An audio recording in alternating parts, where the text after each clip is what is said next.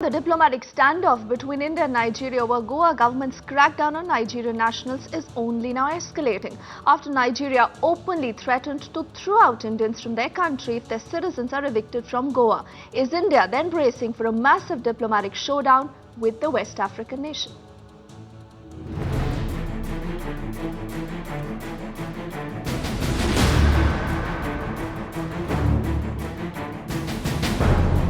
After this threat by Nigeria, the diplomatic standoff between the two countries is only intensifying.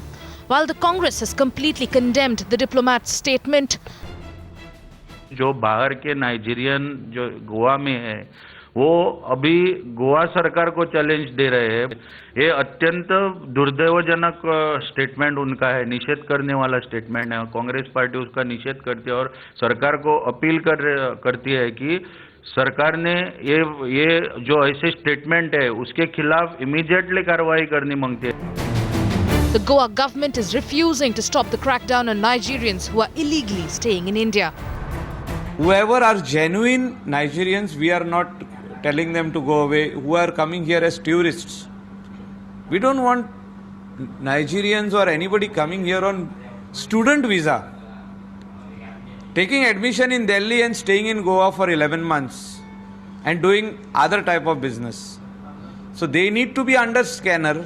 I spoke to the Goa Chief Minister Manohar Parrikar a short while ago, and he informed me that the matter is now being handled at the Ministry of External Affairs level and it was only a law and order situation as far as the Goa state government is concerned. Meanwhile, a statewide crackdown is being carried out by the state authorities here in Goa to act against those foreigners who are involved in the illegal drug dealing. It was on the 31st of October when over 150 Nigerians took to the streets in Porvorim in Goa, clashing with the police over the murder of a Nigerian national. By the time any Panchanama even start kurcha poile inchani babav kelo Nigerian, they came with some lathis and bottles and all everything. Action of Nigerians blocking roads in Goa, going berserk, beating up Goans as well as Goan police cannot be justified by the threat of deporting 1 million Indians staying in Nigeria. It is going against international protocol. And despite the utter lawlessness, a threat coming from them has now instilled a feeling of insecurity among Indians in Nigeria. Of course, people are a bit worried listening to such kind of news. That if something has gone wrong, there are corrective ways to correct that action. There may be based on whatever has happened, it should have been taken, Government of India should take a corrective action. But the Nigerian High Commissioner to India is playing down the statement, pointing fingers at the Goa police instead. We will not accept the fact that a Nigerian should be treated like an animal, murdered in cold blood, and 5 days after the incident, nobody has been held accountable. This is very troubling.